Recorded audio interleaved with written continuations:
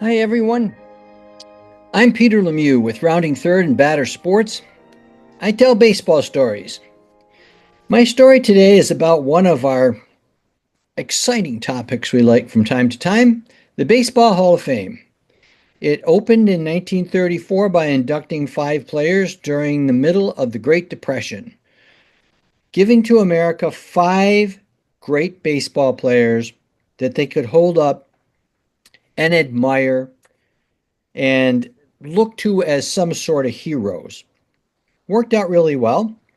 And throughout the years, the Baseball Hall of Fame by election has added players to their ranks. And this has become very interesting because it's an age old argument or discussion we all like to have. Why is this guy in the Hall of Fame? He was no good. And why isn't that guy in the Hall of Fame? And we go back and forth. You know, we have the discussions. I personally, on this program, have made a case for Kenny Lofton to go in the Hall of Fame. I think Keith Hernandez should be in the Hall of Fame. And there are people in the Hall of Fame we question. Of course, we got the controversials, we'll call them. People like Shoeless Joe Jackson, Pete Rose, Barry Bonds, Roger Clemens, and a few others who have the great statistics to be in the Hall of Fame, but they're not. They were declared to be cheaters, people who didn't play the game fairly, like compared to others. Great controversy. We can argue this on and on and on, and we will, okay? Today's discussion's a little bit different. We want to look at 3 people who are in the Hall of Fame, and I don't think they belong there. There's a lot of reasons to get into the Hall of Fame, right? I mean, you can be a great hitter, you can be a great fielder, although that doesn't usually work, a great pitcher, you can hit a lot of home runs, you can have high batting averages, you can do incredible things that nobody else did. Joe DiMaggio, 56 game hitting streak, struck out less times than he hit home runs.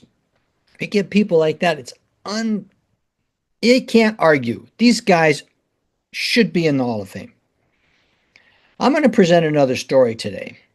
There are 3 individuals I want to discuss with you who I believe are in the Hall of Fame not for their playing. I mean, their playing was good. Good doesn't equal Hall of Fame. They're in the Hall of Fame, believe it or not, because of a poem. Listen, understand this story, we've got to talk about the Chicago Cubs. Chicago Cubs have been around since the beginning of the National League. They've always been the Cubs, and so they have a rich history.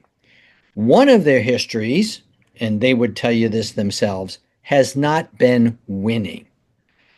Not so in the beginning. From 1906 to 1910, the Chicago Cubs were the dominant team in baseball. 1906, 1907, 1908, 1910. Okay? That is 4 out of 5 years they were playing in the World Series. They won 2 of them. The teams from 1906 to 1910 were probably, I think, without argument, the greatest teams in the history of the Chicago Cubs.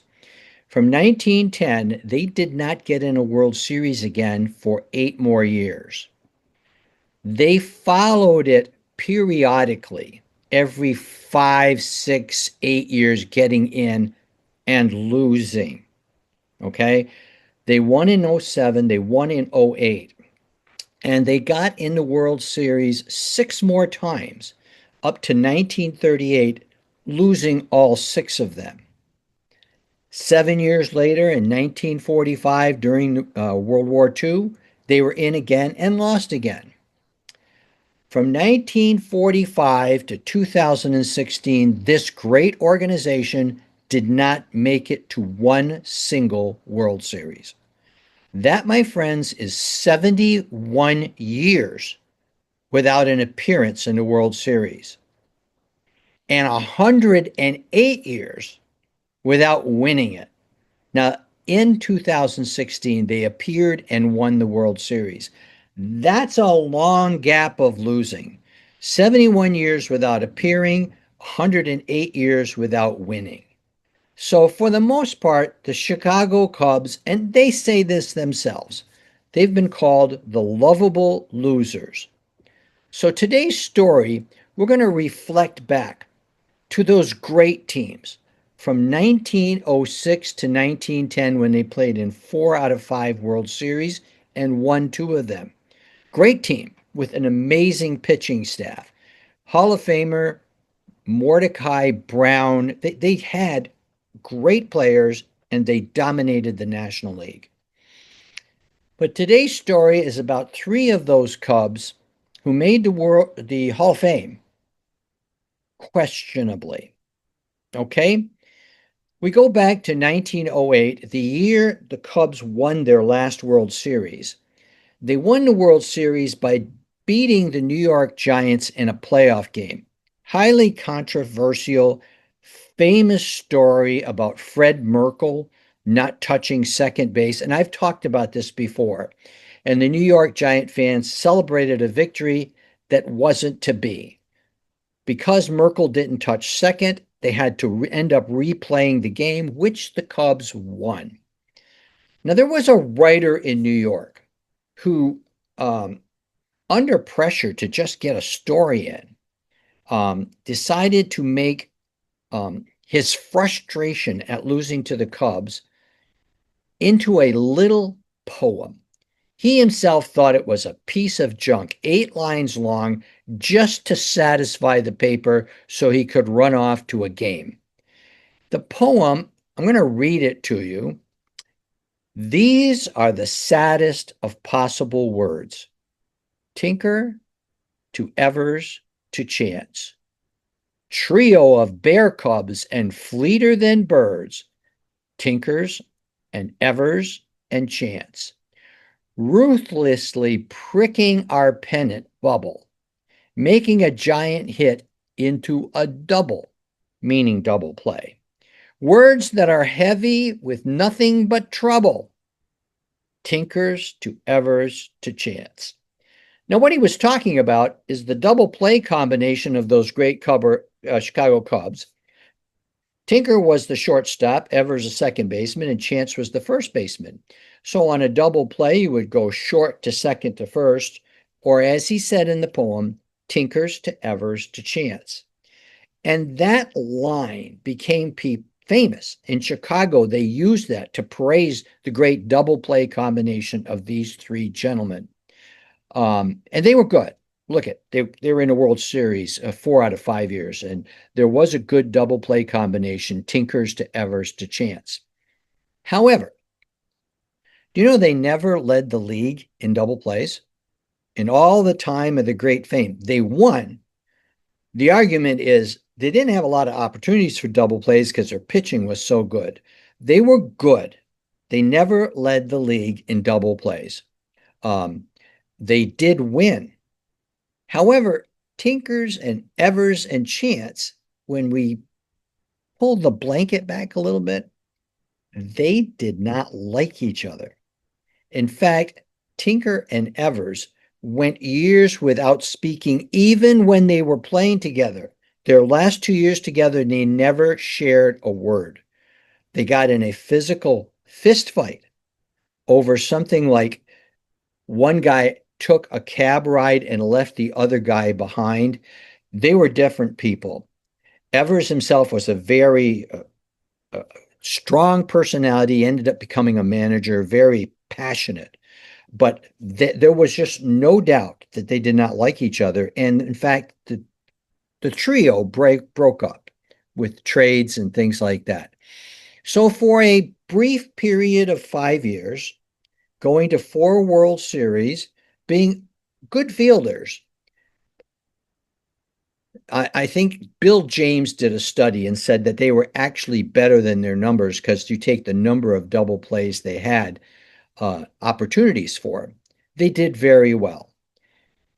But the reason people knew about them was because of this, excuse my English, stupid poem. The phrase tinkers to Evers to chance became used by everyone to describe a double play, even when people didn't know who Tinker and Evers and Chance were. It was a slogan to represent a short to second to first double play.